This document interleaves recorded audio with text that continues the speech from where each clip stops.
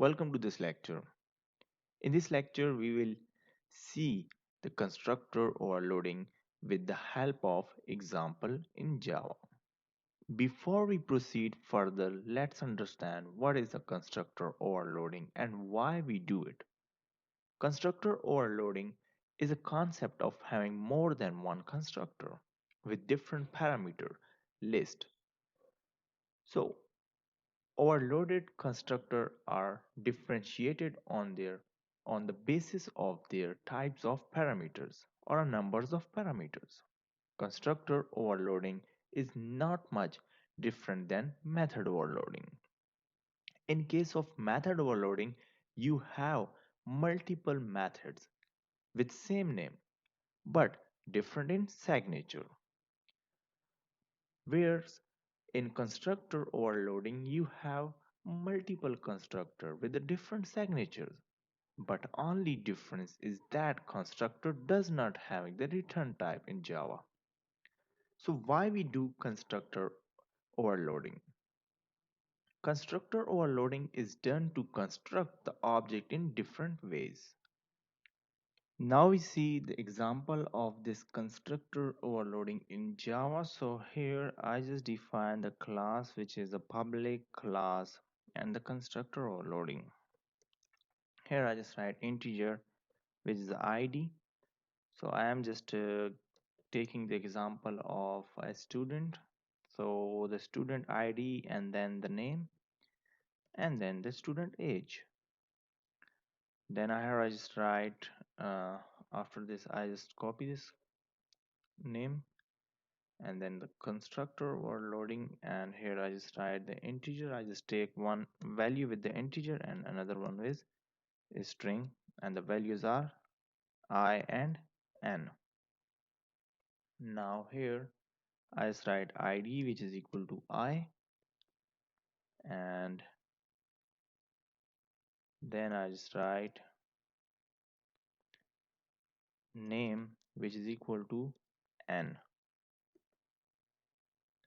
Now constructor overloading, and then here I just write integer I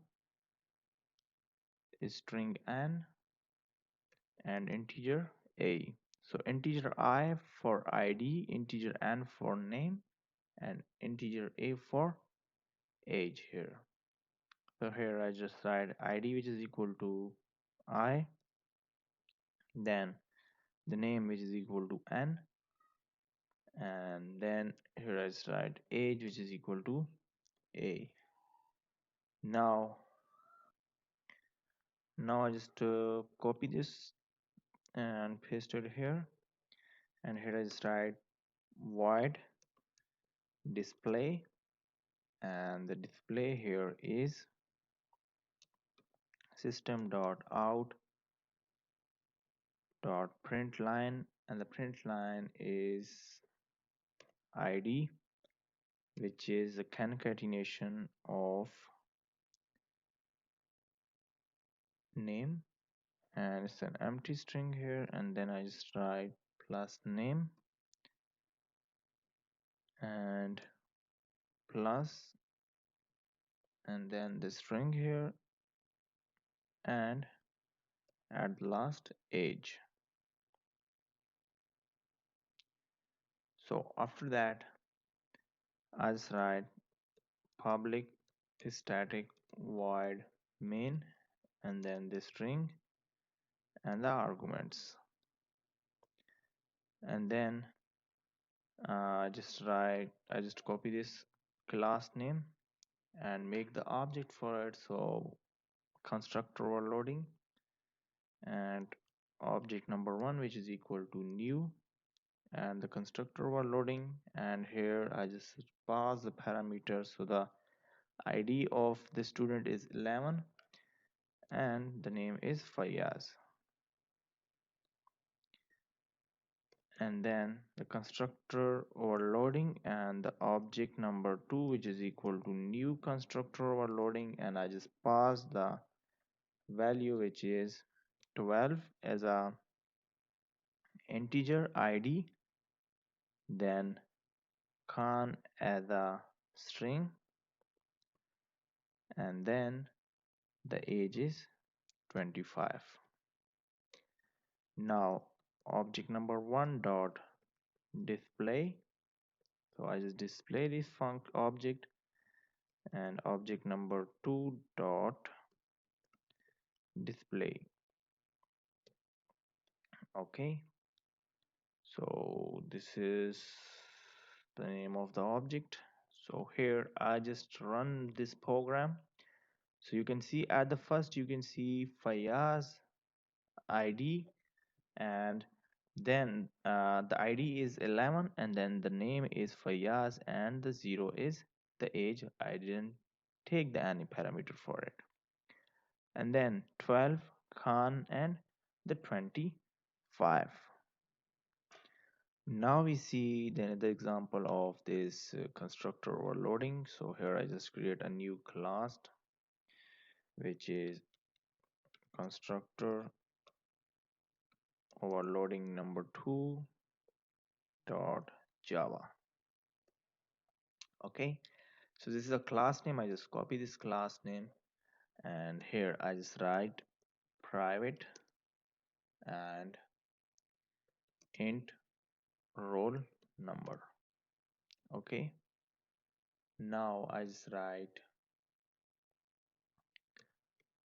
overloading, constructor overloading. So this is a class name here, and then I just write roll number,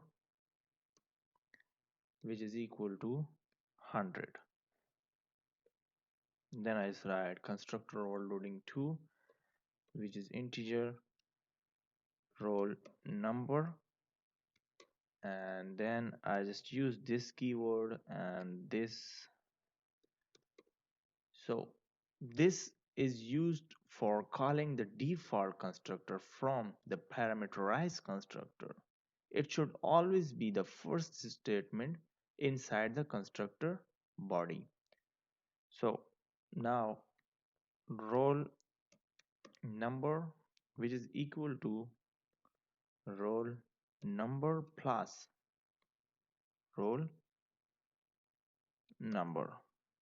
Okay, and then I just write public integer get roll number, and then return roll number. Okay, and then here is write public void set roll number, and which is the integer roll number. So here I write this dot roll number, which is equal to roll number. Okay, and then public static void main, and the string arguments, and here I just write constructor overloading and create an object for it, which is equal to new constructor overloading 2, and then I just pass the value, which is 12, and there's a value which is 12, and then the system dot out dot print line, and which is object dot get roll number. Okay, so I just check the output for this code. So this is the output for this code, which is the value of 112, and as you see in this example that we call the parameterized constructor during the object is creation. Since we have this keyword placed in the parameterized constructor, the default constructor got invoked from it and initialized the variable roll number. So this is an example of understanding the role of this constructor in constructor overloading. So this is also the example of Chaining the constructor in Java. So chaining the constructor is a phenomena of calling one constructor from another constructor of the same class. Since the constructor can only be called from another constructor in Java, constructor chaining is used for this purpose. So here is a question which is, does constructors return any value? So you can say yes, constructors return the current instance of a class, but yet constructor's signature cannot have any return type. So this is the constructor overloading example in Java. Thanks for watching this lecture. See you in